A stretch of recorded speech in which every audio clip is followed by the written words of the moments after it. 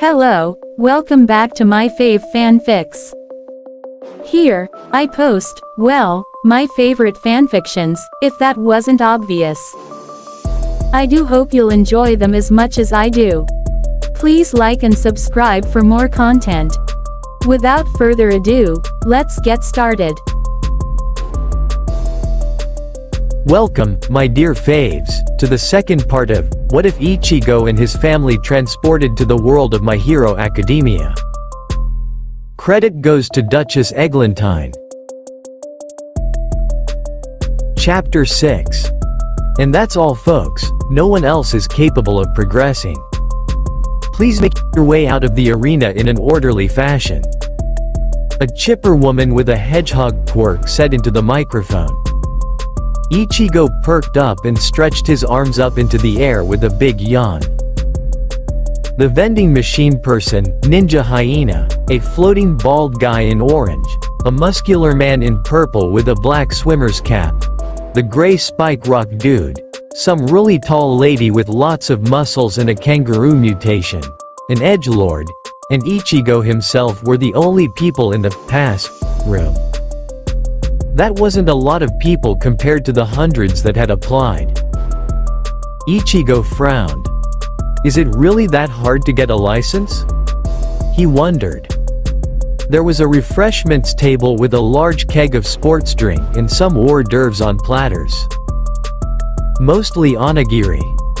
Ichigo walked over and grabbed a tuna mayo onigiri. He hadn't had breakfast on his mad dash to get there. Vending machine man looked at him and wrung his hands nervously. Can I help you? Ichigo asked as he munched on his onigiri. Vending machine perked up. Hi. I'm Jidou Hansake, hero named Boxo. He said as he stuck his mechanical hand out to shake Ichigo's. He wore plush white gloves. Ichigo shook it with the hand he wasn't holding his rice ball in. Kurosaki Ichigo. Pleasure to meet you. The man had possibly the single most ironic name Ichigo had ever heard, vending helpful friend. Excuse me, not to be rude, but are you by chance Coma-man? Ichigo nodded with a neutral scowl. He really hated that name. Boxo perked up, which was a bit jarring coming from a talking vending machine. I just wanted to thank you on behalf of us novice heroes. A lot of heroes with non-combat oriented quirks started turning down sponsorship offers because they didn't want to be targeted. Boxo fiddled with his gloves, and his voice became quieter the longer he spoke. It's just, he bowed, thank you very much. Boxo shouted the last part and every head turned sharply to them. Ichigo's expression was that of a deer in headlights, and he shuffled his feet and cleared his throat. Yeah sure, anytime. Ichigo said as a light blush coated his cheeks from the attention. Please stop bowing. He thought. Boxo shot up and gripped Ichigo's free hand. You're an inspiration, sir. Now this was not the first time Ichigo had been in this situation. Some of the more exuberant guys in 11th had said the same thing. But familiarity did not equal immunity to the awkwardness, nor had Ichigo improved much in accepting compliments. He had always been the get shit done, move on type. Thank you, that's very kind, Ichigo said with a forced grin as he discreetly tried to maneuver his hand out from between Boxo's two gloved hands. Please make your way to the preparation area where you will receive your assigned tasks, the hedgehog lady said primly over the loudspeaker. We should get going, Ichigo said, eager for the excuse. Yes sir. Boxo said as he saluted and ran off towards the designated area.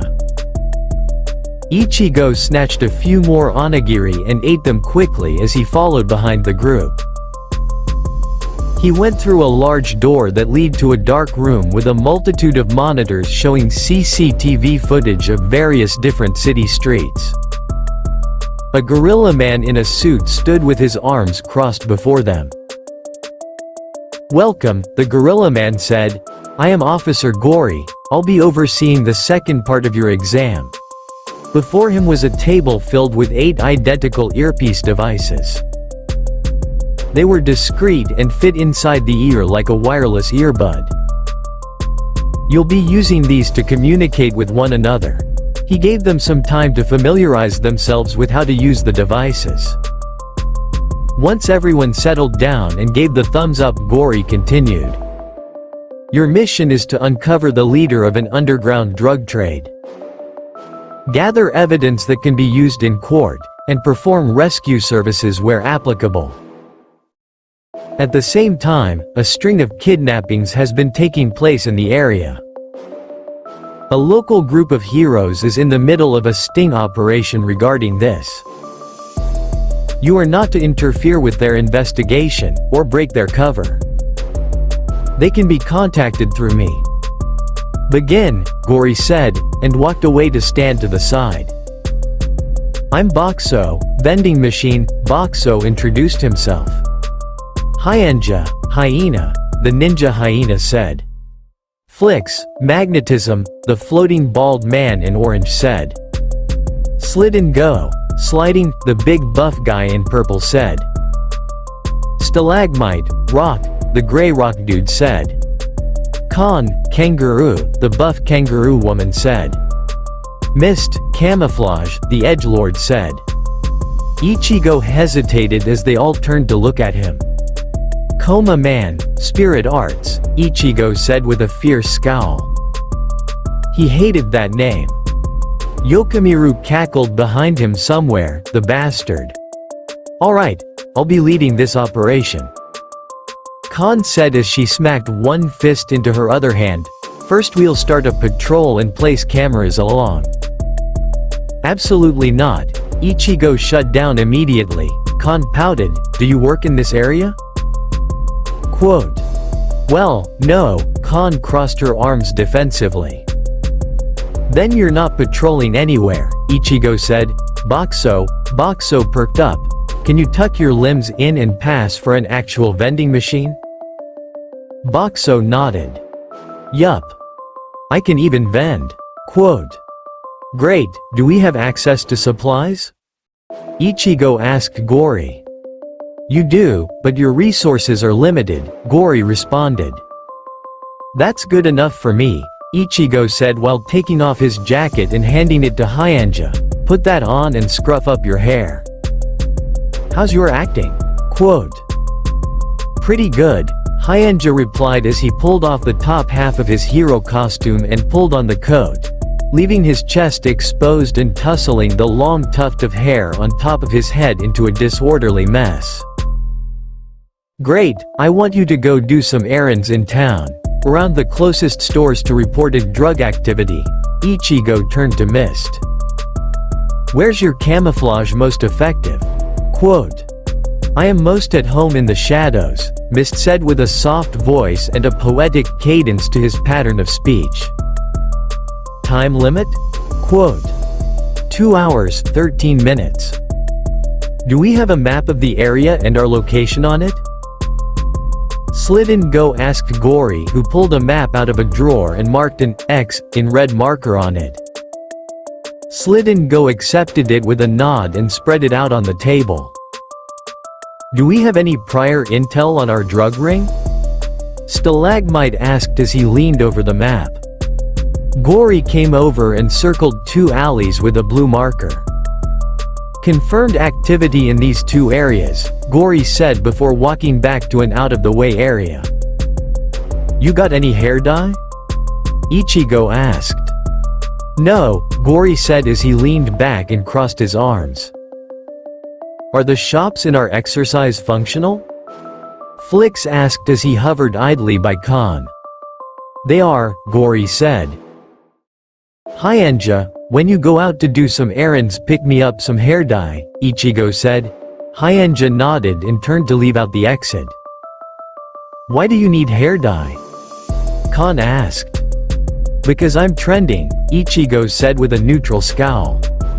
Yokomiru snickered in the back, the bastard. Chapter 7. Undercover, in the license exam. Ichigo loosened his grip on his Riryoku and allowed it to flow gently out in a trickle, for him at least, until it covered the whole of the false city their exam was being held in. It wasn't as large as an actual city, but that just made it so that there was less to pay attention to. Gori's fur stood on end at his initial release, and the fur only fell once Ichigo's Riryoku mellowed out as it expanded. What was that? Mist asked as he looked around with suspicion. Ichigo hummed as he closed his eyes to sense the ryotsu of the actors walking around. Naturally, none of the actors had the particular flavor or frequency it was difficult to describe of someone in trouble or up to no good. So that was a bust. People in this world had higher ryotsu than the living world back home, which made them easier to distinguish, and their ryotsu was strongly tied with their emotional state. Ichigo believed it had something to do with quirks. Mist was in Ichigo's face, waving a hand in front of him. "Can I help you?" Ichigo asked grumpily as he pulled his attention away from the ryotsu signatures around him. "Yes, what was that disturbance?" Mist asked. "Every person has a unique ryotsu signature. I was scanning for any that seemed to be in distress or particularly malicious." And? Quote. "And none of the actors hired for the exam are particularly malicious or in dire distress," Ichigo said, and he sighed, slumped his shoulders, and rubbed the back of his head, which isn't surprising in the slightest. "So you're useless then?" Kon said brusquely, and Ichigo narrowed his eyes at her. "Let's not have an argument," Flick said, and moved to point at the screens. "As soon as Hyunja comes back with Coma-man's hair dye, we'll be able to get 3 of us walking around out there without arousing suspicion." "I'm sorry Slidden Go, but you look too much like a hero to be doing any groundwork at this stage." "None taken," Slidden Go said with a grin. "Do we have a trolley?" Ichigo asked. Gori gestured towards a supplies closet. "Hey, Flicks," Ichigo turned to the floating man, "what size do you wear?" Quote. "What about surveillance devices?" Mist asked Gori as Ichigo and Flicks made plans on how to get Boxo in position, and a tray with various accessories was laid out before them. Earrings, necklaces, watches, and body piercings. Each one had a hidden recording device. Ichigo picked the eyebrow piercing. His regeneration healed the wound immediately when he popped it in. Gori's eyes narrowed as he watched Ichigo like a hawk. Flick stood beside a big box delivery truck with Boxo loaded up onto a trolley. His bald head was covered by a worn green cap, and he had on pale tan coverall workers attire commonly worn by delivery men in Japan. Coma-man had scuffed it up a bit so that it didn't look fresh off a display rack with some aggression and the edge of a table. He walked to the side of the door of a convenience store that was near a gang activity zone where the surrounding buildings contained clusters of many different, what Coma-man had called, ryotsu signatures within. He set Boxo, filled with chilled drinks, down and plugged in the fake cord Coma-man had attached with a bit of reishi to Boxo's, what Coma-man had called, caboose. No one corrected him, but Conan-man seemed to key in when a couple of the proctors laughed at him. Flicks wiped his brow and heaved a sigh, fiddled with some things, and put some yen in to get a drink. Boxo kindly dropped the selected beverage and Flicks chugged the drink down. He sighed, stretched, and tossed the drink away, then headed back to the delivery truck. "Oi." Flicks turned back to look at the large muscled man with some kind of disco teeth quirk wearing a fur-rimmed cargo vest and jeans who had shouted after him. "You ain't paid the toll," he said with a menacing grin. His green hair was slicked back. Flix stared at him blankly and then ran quickly down the street to get away. "Get back here, you punk!" he bellowed as he chased after Flix. "I'll pass," Flix said as he pulled a garbage can down behind him and turned the corner. He ducked into a clothing store and hid behind a display of women's underwear. "Oi, where'd that punk go?" Question mark. Flix could hear the distorted voice through the glass of the storefront's windows. Flix eyed the men's rack to the side of him and discreetly grabbed a white shirt with blue sleeves and some jeans. He then crouched through the store into the changing room and snagged a beanie and a black women's cosmetic pencil on his way. When in the changing room, he changed into the shirt and jeans and tucked his work clothes under the bench. He then shaded in his eyebrows and covered his head with the beanie. Popping the communications device back into his ear under the hat, he gathered all the tags and brought them to the counter where a teen leaned against the counter browsing a magazine. "How much do I owe you?" Flix asked as he pulled out his wallet. $34.85, she said, and Flix handed over the yen notes and accepted the change with a thanks.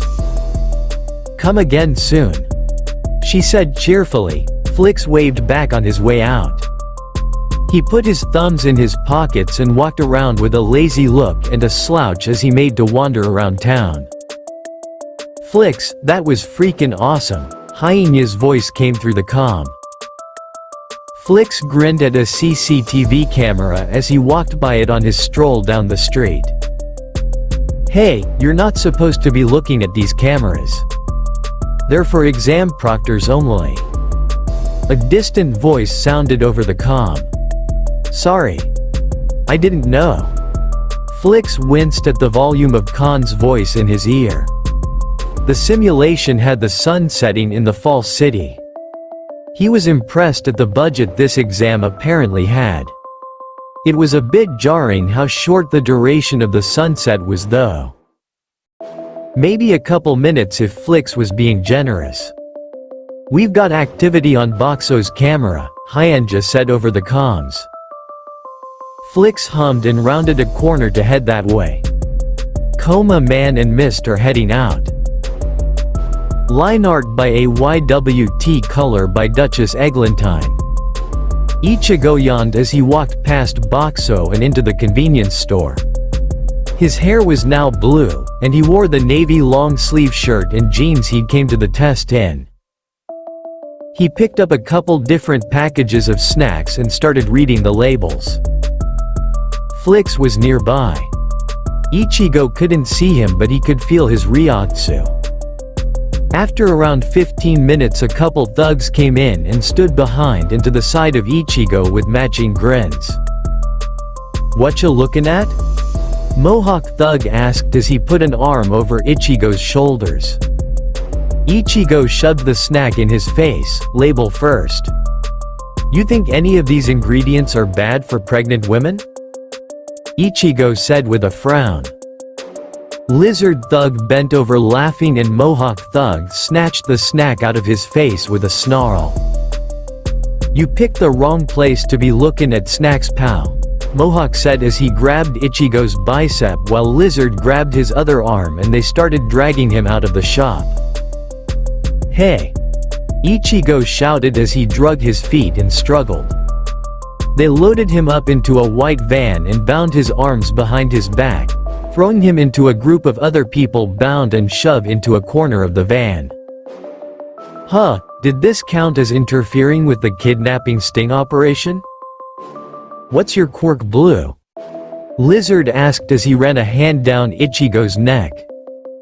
"TCH." Ichigo turned his head away and Lizard punched him in the head. The bright blue of blood vein danced across Ichigo's cheek where he had been struck. "Impact resistance," Lizard whistled. "Boss is gonna love you." Ichigo glared and the kidnappers laughed.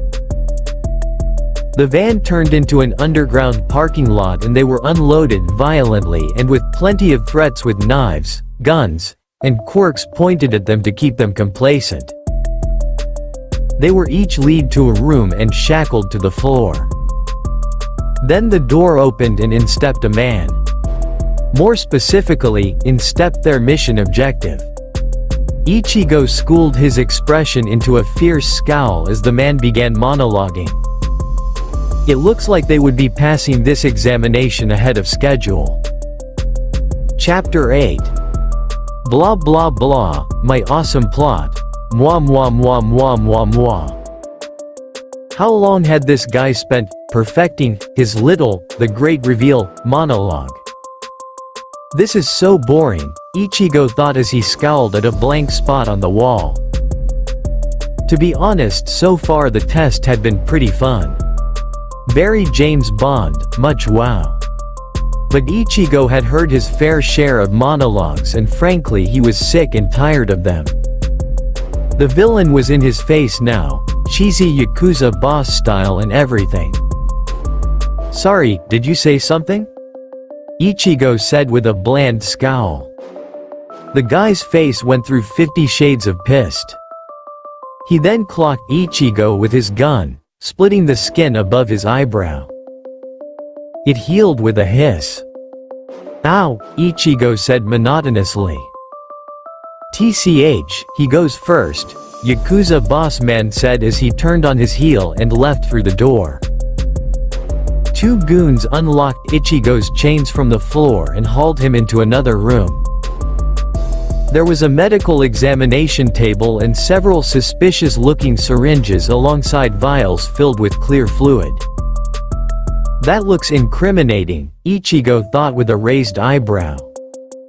They tied him down to the examination tables with heavy straps and one of them left out the hallway. The other thug turned his back to Ichigo to fill a syringe. Ichigo twisted his fingers of the hand closest to the man to draw in the air and a red illuminated symbol hung suspended in front of his fingers. Geki, Ichigo said and the man was immediately paralyzed in place with a red sheen covering his form. Ichigo undid a strap and pulled his communications device out of his pocket and popped it in his ear. I found our guy and the kidnapped victims. Get the other team on the line, Ichigo said as he worked himself free from the other binds as well. This is Gori, report, Gori said from the other line. Ichigo gave him a rough summary of events as he kept his senses open to monitor the other victims and villain activity. Yokamiru whistled low as he watched the footage. He marked another thing down on his clipboard. High speed. Air platform. Sense presence. Regeneration. Impact resistance. And now, paralyze. That put Mr. Kurosaki at 7 demonstrated quirks, which qualified him for Nomu-related investigations. Yokamiru frowned as he watched the dangerously competent Kurosaki Ichigo on screen. He would be an exceptionally threatening enemy to have. Yokamiru heaved a sigh and rubbed his temple. Either he's Subject Zero, or the League of Villains is getting arrogant, Yokamiru thought with a dead-eyed stare as he watched Ichigo flash in front of one of the hired pro-heroes and paralyze them with a flash of red. The altercation had lasted maybe 2 seconds. You could blink and miss it. That particular hero was rated 34th in the country. It'd be nice if he wasn't a villain. Yokamiru didn't have much faith in that thought. Too many similarities to their ongoing investigation into the Nomu and the League of Villains. Also, the Coma story didn't make any sense. No one could take on an elite villain like Stain minutes after waking from an 8-year coma. Their muscles would be too atrophied. It reeked of a hastily created cover story. Hyunja, Slid and Go, Khan, Mystic, Flix, and Stalagmite were part of the raid team going in with Gori's group. Boxo stood before the screens that showed body cams and was in charge of communications and command. His quirk didn't lend itself well to combat, unfortunately. I can only stuff so many people into closets before someone notices. Coma-man's voice was quiet as he muttered lowly into his comm. ETA 3 minutes, Boxo replied dutifully. Great, Coma-man said as he stood still in the examination room the kidnappers had taken him to. Despite Coma-man being in the most precarious situation among their team, Coma-man's eyebrow-piercing camera feed was really quite boring. Aside from when someone came down the hallway and he stuffed them in a closet, but that had only happened a couple times and the incidents were quiet and quick. Soon enough Gory's team and Boxo's team were in position. Gory stood beside Boxo with his arms crossed. They gave the signal to their respective teams and everything burst into a frenzy of action. Quirks were on full display as 12 people burst into a building with 26 confirmed hostiles and an unknown number of hostages. Ichigo grinned when Boxo gave the signal and flashed into high-speed shunpo. The door to the exam room he had been in snapped open with a crash, surprising the man coming to check on Ichigo's progress. Gory's group and the other examinees entered through various entrances and converged in on the designated villain group. Coma-man, prioritize the hostages, Boxo's voice came over the comm in his ear. On it, Ichigo said as he put the unconscious man on the exam table. He moved out and flashed around hallways and corners in the building.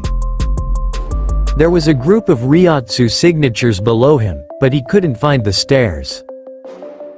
Ichigo frowned and eyed the floor. He brought his leg up to his head in a high axe kick and smashed it down into the floor of the hallway. People screamed beneath him as large chunks of plaster fell into the hallway below. Ichigo dropped down into a dimly lit hall with cages lining the walls in place of rooms.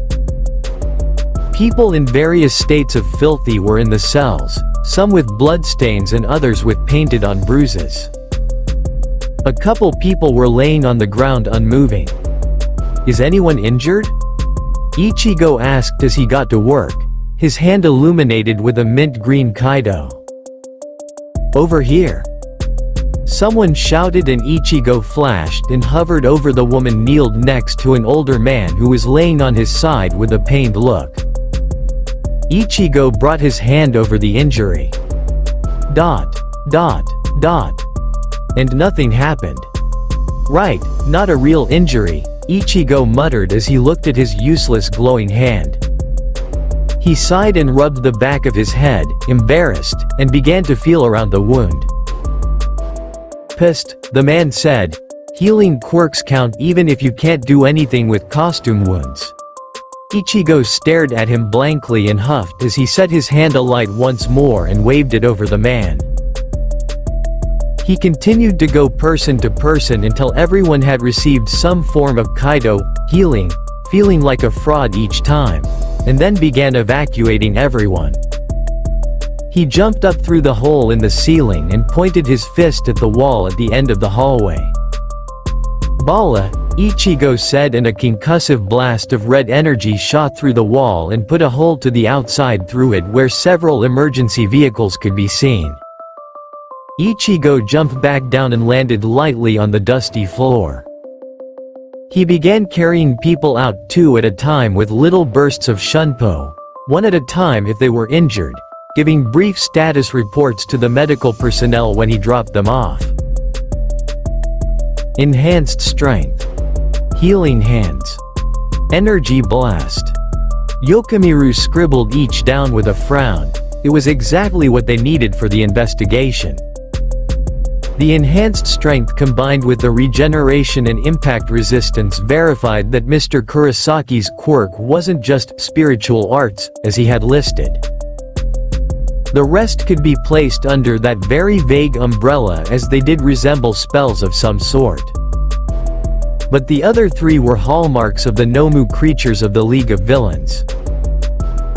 Gori gave him a look from over his shoulder and Yokimiru nodded as he doodled a fire and a UA symbol on a scrap piece of paper and flashed it to him from behind examinee 324. Gori nodded and went back to what he was doing. Yokimiru began typing up the report to send to Endeavor's agency and Nedzu's direct messages on the Hero Network. Nedzu was technically the lead on the investigation, but Endeavor had taken interest after the Hosu incident. He sent a copy of the preliminary report right away to each with a "further information pending" notice at the bottom. Chapter 9. License Exam End. Chapter Text. The test came to an end once all of the villains were apprehended and victims rescued. Gori, alongside Boxo, came out to join them. "All right folks, that concludes the exam. Please make your way out of the city zone and return your equipment at reception," Gori said with an average-looking Japanese man dressed in a tan trench coat standing beside him. The other examinees began to head that way, Hyanja pulling off Ichigo's jacket to return it to him. "Thanks," Ichigo said as he pulled the jacket back on. Walking past a window, Ichigo glanced at his reflection. With the blue hair and eyebrow piercing, he looked like Grimjow's punk brother. Ichigo glowered at his own reflection. "That was really impressive," Hyanja said as they walked side by side out of the false city. Hyenya's own hair was still a chaotic mess. They looked like a pair of punks. "Thanks, you too," Ichigo said with a neutral scowl. Hyanja snorted. "You flatter me," Hyanja said, and the man wearing the tan trench coat tapped Ichigo on the shoulder. "Mind if I borrow him?" Sukachi asked Hyanja with a friendly grin. Hyanja shook his head and waved as he left. "I look forward to our paths crossing again," Hyanja said to Ichigo as he left. "Sure," Ichigo replied. "What did you need?" he asked Sukachi. Sukachi stuck his hand out and grinned. "I'm Detective Sukachi. Pleasure to meet you," Sukachi said with a friendly look across his face. "I'm part of the Hosu investigation and I was wondering if you had some time to clear up some things for us from your previous statement?" Quote. Oh, the question took Ichigo by surprise. "Yeah, sure, I have time." "Great. Please follow me," Detective Sukachi said as he led Ichigo towards a door a bit further down from the reception door the other examinees were headed to. The detective opened the door for Ichigo, Ichigo nodded his thanks, and the two made their way in. A 7-foot-tall blonde man and possum person were in the next room a fair distance away. The room held several sitting areas and paralleled a long hallway with what were probably offices. "Who are they?" Ichigo asked Sukachi as they made their way over. "You don't know them?" the detective asked with some surprise. "No, I don't," Ichigo replied with a frown. "Why would I?" Detective Sukachi gave him a complicated look, like he was trying to figure something out. "They're from the school your son attends," Sukachi said as they approached the two. The blonde man had an aggressively tight smile and the possum man had a bland customer service grin in place. It matched perhaps a little too well with his vest and slacks. "Hello, I'm Principal Nedzu and this is our heroics teacher," Nedzu said politely, "All Might." "Pleasure to meet you," All Might said loudly as he thrust out a hand. The guy was really intense. "Kurosaki Ichigo," Ichigo said as he shook All Might's hand, and wow, that guy needed to work on regulating his grip. Ichigo bounced with the force of All Might's very enthusiastic handshake. Was this not about the case? Ichigo asked Detective Sukachi, baffled at the situational 180. "Kazui's not in trouble, is he?" Quote. "Not at all," Nedzu said chipperly. UA staff happens to be comprised of pro-heroes. Ichigo crossed his arms with a baffled scowl across his face. All Might's shoulders tensed and his eyes narrowed, and is also the lead on the League of Villains investigation. Ichigo nodded with a thoughtful frown. So it was a terrorist attack, Ichigo thought as he brought a hand to his chin.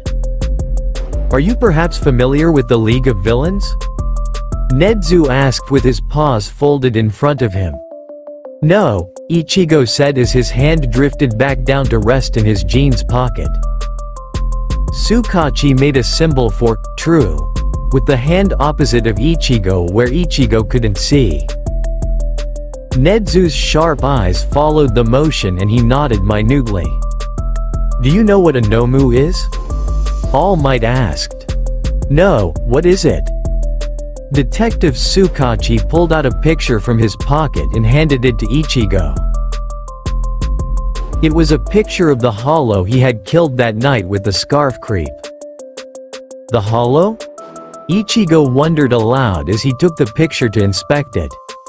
Hollow? Nedzu asked with sharp eyes. Ichigo grimaced. It's not important, Ichigo said as he handed the picture back to Tsukachi, who made the sign for false discreetly where Ichigo wouldn't see it as he took the picture back and put it away. I was mistaken, it wasn't a hollow. Tsukachi made the symbol for true. We still haven't figured out what happened to this particular Nomu, could you elaborate on that? Nedzu asked. I shot it down with a bala, Ichigo said bluntly. Is there a reason you felt it appropriate to use lethal force on a person? All Might asked with a frown as he crossed his arms. At the time of the Hosu incident, it wasn't yet known that Nomu were engineered weapons made from human corpses. It wasn't a person. Ichigo's brows furrowed and a heavy scowl crossed his face. I mistook it for a hollow because it felt like pieces of several people. An exam proctor came through the door and walked over to Ichigo with a grin. Here's your license, sir. She said as she handed him a card similar to a driver's license with hero license in big bold letters at the top. It had several watermarks and holograms built into the card, likely to cut down on counterfeit cards. Thanks, Ichigo said as he took it from her with a nod. That's odd, he thought. Shouldn't it take them more time to go over the results? Nedzu had a viscous gleam to his eyes now. Ichigo's left ear was beginning to ring. He twisted his pinky in it and popped his jaw. I would like to formally welcome you as a hero, Coma-man, Nedzu said with a wide smile. As you may not know, being so new to all this, heroes enjoy a wide variety of privileges that come with a few legal drawbacks. Ichigo lifted his still pierced eyebrow. He hadn't had the opportunity to turn the device in, with an unimpressed scowl gracing his features. While heroes are able to use their quirks as they see fit, they are required to provide all information regarding an investigation to the lead investigative party when they are involved in an incident, Nedzu said as he rocked back on his feet with a sweet smile and a tilt of his head, or face an audit with the possibility of having their license terminated. Depending on the circumstances. Ichigo's other ear began to ring and he rubbed at it. Please elaborate on the inference that hollows are pieces of many people, Nedzu said with a serene smile. Ichigo grimaced. At least he's upfront about it, Ichigo thought. Hollows aren't really relevant to your case, was Ichigo's paltry rebuttal. They were the moment you mistook a Nomu for one. Please understand that we're investigating anything the Nomu may resemble as they are a relatively new development scientifically speaking, Nedzu said reasonably as he made a motion with his arm and his tail waved up and curled at the end. Ichigo sighed and rubbed the back of his head as he leaned his shoulders forward. I really shouldn't be telling you, he muttered. Any information you can provide will be appreciated, Nedzu said cheerfully. I guess it doesn't really hurt anything if I do, Ichigo said with a shrug as he ran a hand through his hair, hollows are. The brilliant blue of blood venae lit up his entire body in a mess of writhing lines, and what looked like black shadows danced in the corners of his eyes as his iris glowed a caustic yellow. Ichigo's jaw locked in a silent scream as his back arched and waves of unbalanced reishi clashed within him. As quickly as it came it ended, and Ichigo collapsed into someone's arms as his eyes rolled back into his head. "I need a medic." Someone bellowed, and Ichigo's consciousness faded to black. Chapter 10. Your husband suffered an attack from a particularly vicious quirk. We're still looking into the intended purpose behind the attack, however, so the information we have is limited, All Might said with a frown. His large form seemed almost too big for the sitting room in the Kurosaki household. Orihime nodded morosely, the skin around her eyes red and puffy. Fortunately, he's responding favorably to treatment. All Might said cheerfully as he sat across from Mrs. Kurosaki, hoping to cheer her up some. "What did you say?" Orihime's voice was soft and meek as her eyes shot from the hands she had been wringing in her lap to the optimistic smile on All Might's face. Nedzu took the opportunity to respond cheerfully. "While the situation is less than ideal, Mr. Kurosaki is responding favorably to Recovery Girl's treatment. We expect him to make a full recovery and be up and about by the end of the week." Nedzu folded his hands over his lap primly as he delivered the news. Orihime started bawling with loud racking sobs. He's never responded to trade treatment before. Orihime hiccuped as she wiped her eyes. "I'm sorry to hear that," Nedzu said, a frown adorning his face. All Might handed her the box of tissues from the center of the coffee table. Nedzu glanced over to Kurosaki the younger, whose knees were peeking out from the top of the staircase. The tips of his fingers peeked past the wall each time he wrung his hands. With any luck, this tale won't end in tragedy, Nedzu thought with a small frown before turning back to Mrs. Kurosaki, who was being consoled by All Might. Crying women were clearly not his forte. He looked a bit panicked and kept shooting Nedzu discreet looks. "UA will happily cover Mr. Kurosaki's treatment until he makes a full recovery," Nedzu said softly. "He's the best lead we have at the moment," he thought. "As All Might and I were the heroes present during the attack, we'll be spearheading the investigation." Nedzu gave her a compassionate look. "We will protect your husband until the perpetrator is caught." Orihime nodded and scrunched her used tissue, then gave them a brilliant smile. "Thank you," Orihime said softly. Uryu stood to the side with his arms crossed, carefully monitoring Ichigo's Riryoku and Reishi balances, as Recovery Girl used her quirk on him. The results were immediate, and he could sense clearly how Ichigo's Riryoku began to mimic the natural spiritual frequency around them.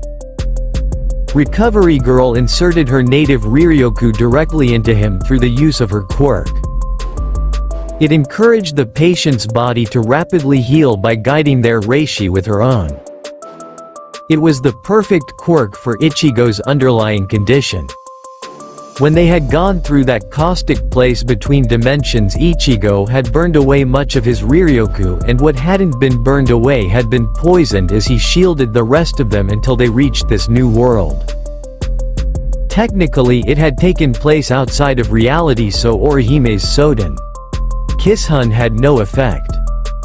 Using it on Ichigo had actually caused further damage, as her own Riryoku had not tuned to the natural frequency of this world, so it had acted as a second poison in this new atmosphere instead.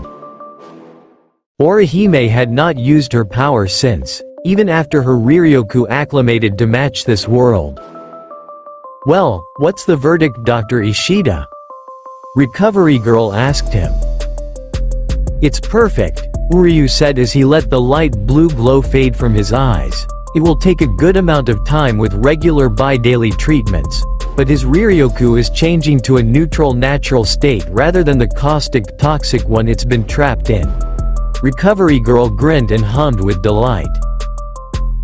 I've never had to put my quirk to use like this before, she said as she hopped down and walked to her desk to jot down some notes. It's quite exciting. A small grin curved the side of Uryu's mouth. It is, he agreed, his eyes never leaving Ichigo's prone form laying upon a sunlit hospital bed. He was tired of seeing Ichigo so still. Ichigo woke up in the middle of the night in a small medical room with a few beds and a working desk on an opposite wall. It was an odd setup for a hospital. Maybe he was in the medical center of the exam building? He had passed out right after, which was embarrassing. He scratched the back of his head with a huff and went to leave out the door. It was locked. His eyebrow twitched with annoyance. He turned to the window and opened it easily, sticking his head out. It looked like this hospital had a large campus, which baffled him. All the lights were out and the room he was in was far from what he would expect of somewhere with a budget like. Oh, Ichigo said as his gaze landed on a pitch. It's a high school. Ichigo scratched his head. Why am I in a high school? He turned back into the room and scanned the room with his hands on his hips. There was a mirror on the back of the door. He was wearing some sort of hospital pajamas and the piercing in his eyebrow was, thankfully, gone. His hair was still blue though. I'm going to need to get some dye on the way home, he thought as he checked under the bed he had been sleeping in. There was a little toad with his phone, wallet, jeans, belt, boots, navy shirt, and high-collar jacket inside. Ichigo got dressed and tapped the toe of his boot on the ground before jumping up to crouch in the window sill with old familiarity. He grinned as he jumped up into the sky and stood far above the city with nothing but the comfort of his own reishi platform under his feet. He fell backward and let the wind dance through his hair, righted himself, and shunpoed to the nearest drugstore he could find that was still open. He checked in his wallet, and sure enough, his hero license was neatly tucked in front of the window where his ID would be. He grinned. Perfect.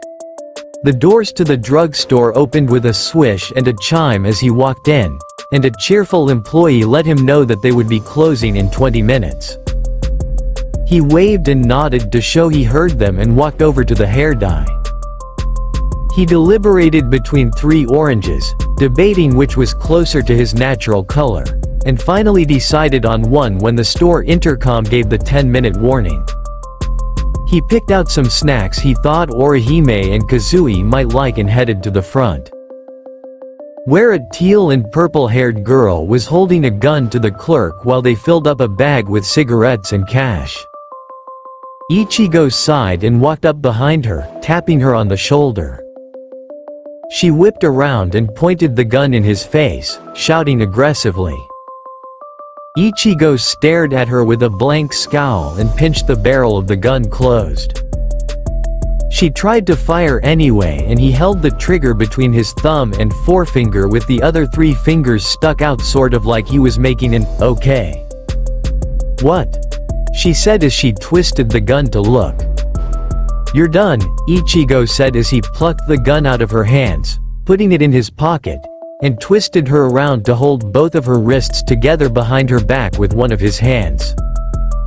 Hey! She shouted and Ichigo set his items on the counter.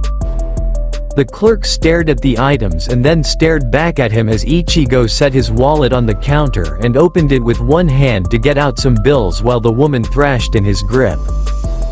A man came through the door with a metal bat. Get your hands off of her!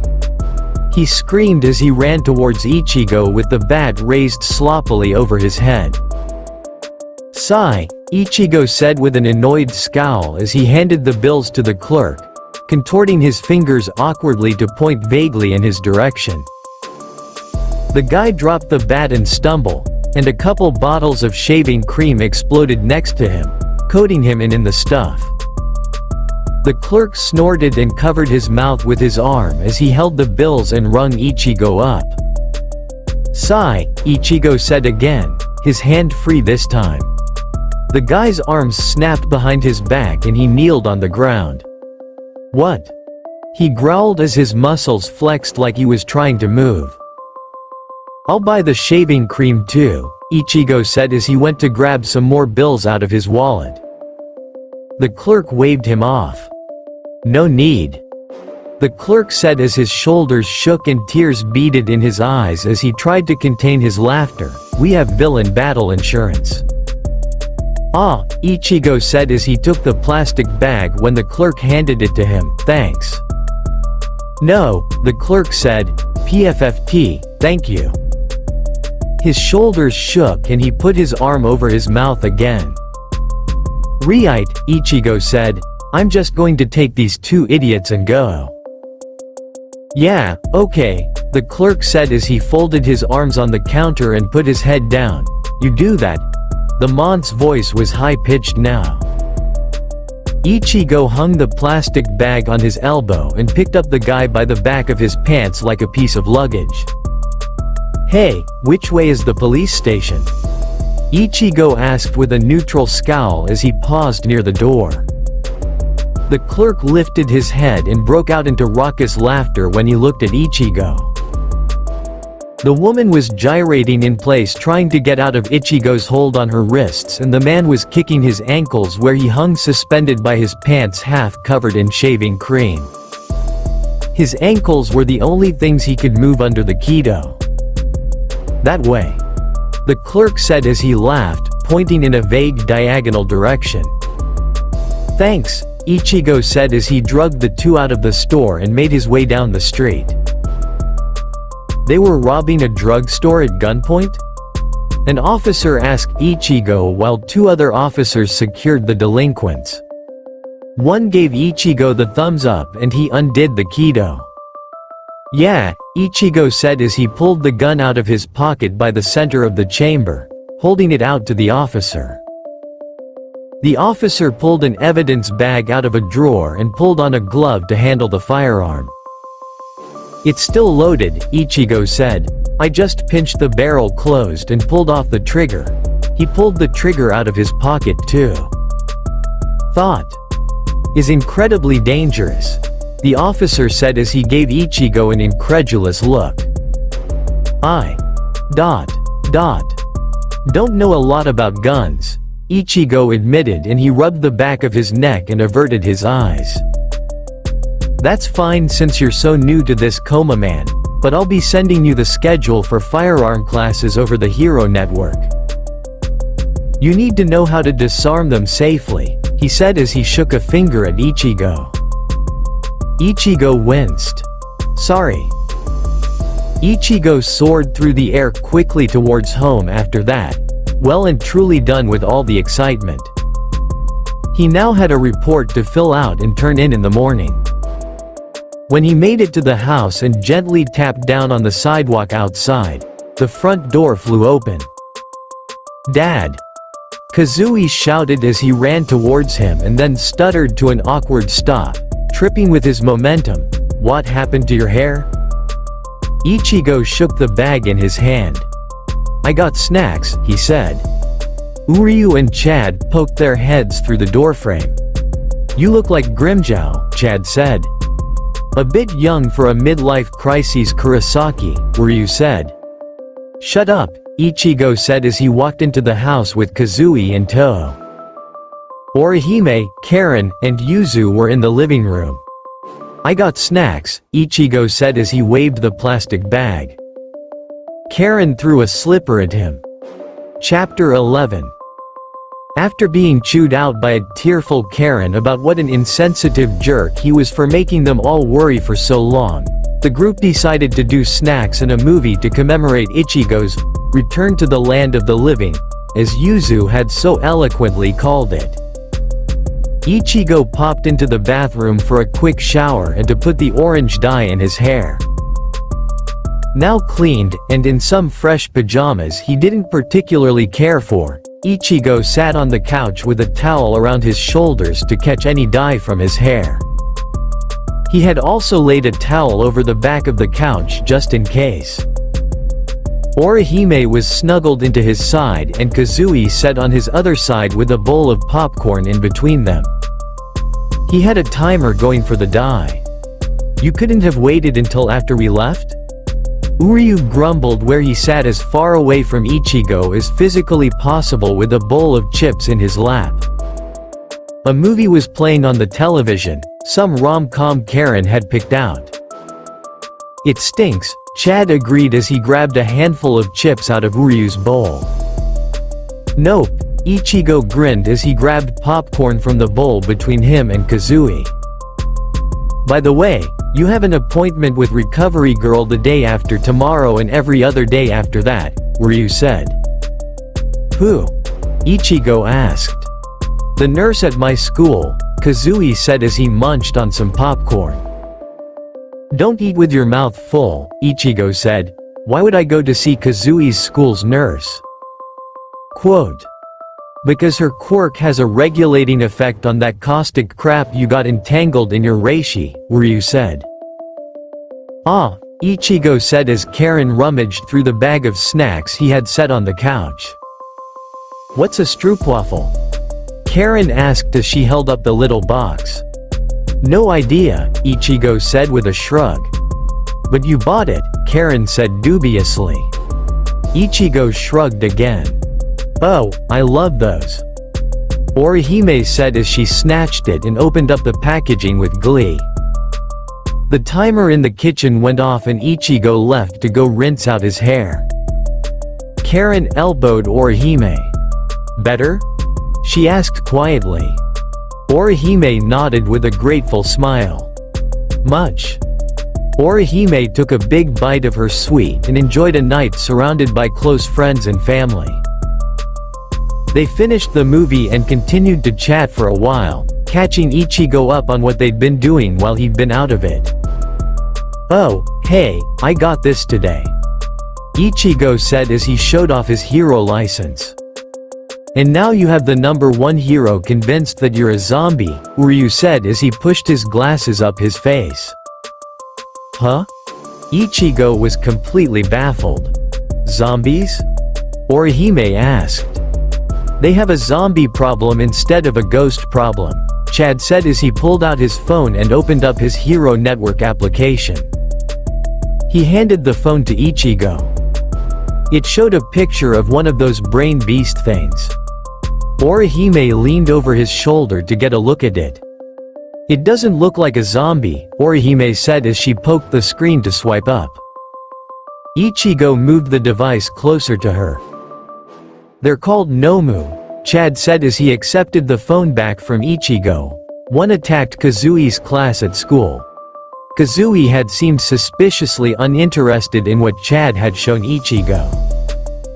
"What?" Orihime asked sharply. "The USJ villain attack had a Nomu," Karen clarified. "Oh," Orihime said, "but why didn't they tell us about the zombies?"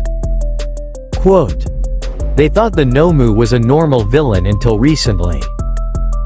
Investigations are ongoing and relatively new, so the information hasn't been made public yet," Karen said as she lounged back lazily and tapped her foot with her hands behind her head. "I only know because I have hero aunt of affected party privileges. I'll keep an eye out when I visit the school," Ichigo said seriously as he stared at Kazui's nervous form as he picked at the couch. Kazui's head shot up. "What?" Quote, "I doubt you need to loiter at your son's school every other day," Uryu said with exasperation coloring his tone. "But Ishida," Ichigo said as he widened his eyes and whispered, "What if the zombies come back?" Uryu rolled his eyes and Chad snorted. Kazui shrugged one shoulder noncommittally. "Dad, it was one time, and the school's improved security so the league can't do anything to us anymore," Kazui said, refusing to make eye contact. Ichigo's eyes narrowed. He looked up at Uryu and Chad, who shook their heads. Kazui had been pretty shook up by the incident then. Besides, we have finals coming up and I wouldn't want to distract the other students. That's him? Ashido whispered as she peeked her pink head around the doorframe. Yeah, Deku said he was really amazing, Uraraka said as she also poked her head around the doorframe. What are you young ladies doing? Recovery Girl asked. Both girls shrieked as they flung themselves away from the door. Each girl blushed a brilliant red as they waved their hands and stuttered out nonsensical excuses for why they were there. Recovery Girl tapped her cane with an uninterested look as she watched the two stumble over each other. And that's why we came to check on him. Ashido finished with a cross between jazz hands and a ta-da motion. Uraraka stood nodding with her hands behind her back. As fascinating as your story is, Recovery Girl had actually tuned them out. It's inappropriate to go snooping around a patient. I expect not to see either of you or any of your classmates down here again unless you have a valid reason. Understood? Recovery Girl said sternly. The girls nodded and ducked their heads in shame. Sorry, Uraraka said. Won't happen again, Ashido said. Good, now scurry on back to lunch, Recovery Girl said as she walked into the infirmary. Mr. Kurosaki lay motionless on the medical bed farthest from the door, his coma condition triggered by Recovery Girl's quirk. Kurosaki Kazui popped his head in with a sheepish look a few minutes later. Is it alright if I eat lunch in here? He asked, waving his bento side to side. Recovery Girl gave him a kind smile. Of course dear. Thanks. Kazui said with a cheerful grin as he made himself at home at the foot of his father's bed. His back rested against the wall as he sat cross-legged with his bento in his lap. He nudged his father's foot and smiled at the answering grin he received from his father's sleeping face. Recovery Girl hummed as she typed up some report at her desk. This is the third time you've done this, Nedzu said as he stepped into the infirmary. Recovery Girl was somewhere else, and the students were attending their last class of the day. All Might stood beside him with his arms crossed. Ichigo didn't react. I know you're not actually in a coma, Coma-man, Nedzu sighed out. Ichigo sat up with a mischievous twinkle in his eye and twisted to sit with his feet on the ground rather than lay down. He stretched and yawned, cracking his neck this way and that. No idea what you're talking about, did you need something? Ichigo asked. Nedzu chuffed a laugh. Yes, of course, you've only been waking up from your comas consistently at the end of classes to take your son home by luck and chance, Nedzu said with a smile and a twitch of his whiskers. I have great luck, Ichigo said. I'm afraid not, All Might said. We haven't had any luck in our search for the culprit behind the anti-snitch quirk on you. All Might frowned as he put a hand to his chin. How? The what on me? Ichigo asked. He was getting tired of being confused all the time. The anti-snitch quirk that almost killed you last weekend, All Might said flatly, slowly, like he couldn't decide if Ichigo was genuinely ignorant of the events or just an idiot. I don't, Ichigo rubbed his forehead. How did you even come to that conclusion? Ichigo's shoulders drooped as he ran his hand through his hair and flopped back onto the bed with a long sigh. Because you almost died right as you tried to tell us about hollows, All Might said unsurely. Ichigo rubbed his face. That wasn't almost died, it was just... A bad headache or something, Ichigo said as he stared at the ceiling. A bad headache, All Might said flatly. Yeah, I can tell you about hollows now if you'd like? Ichigo twisted his head to look at them from the mattress, his feet still on the floor. That's not necessary, Nezu and All Might said in unison. Ichigo shrugged. Suit yourself, All Might and Nezu shared a look. Nezu held up a paw in a "let me handle this" gesture, and All Might nodded. We were wondering if you were open to a yes-no format questioning with True Man. That way we'll be able to get information without risking any backlash like last weekend, he said cheerfully. It was just a bad headache, Ichigo said with a bemused look. Yes, of course, would you be open to the yes-no format? Nezu replied quickly. Ichigo snorted and sat up. Yeah, that's fine, Nezu clapped his hands. Lovely. I'll contact Detective Tsukachi and work out a time for it, Nezu said cheerfully. Unfortunately, this part is over. I hope you enjoyed it. My apologies for all those quotes. Please have a good morning, afternoon, evening or night. See you next time, faves.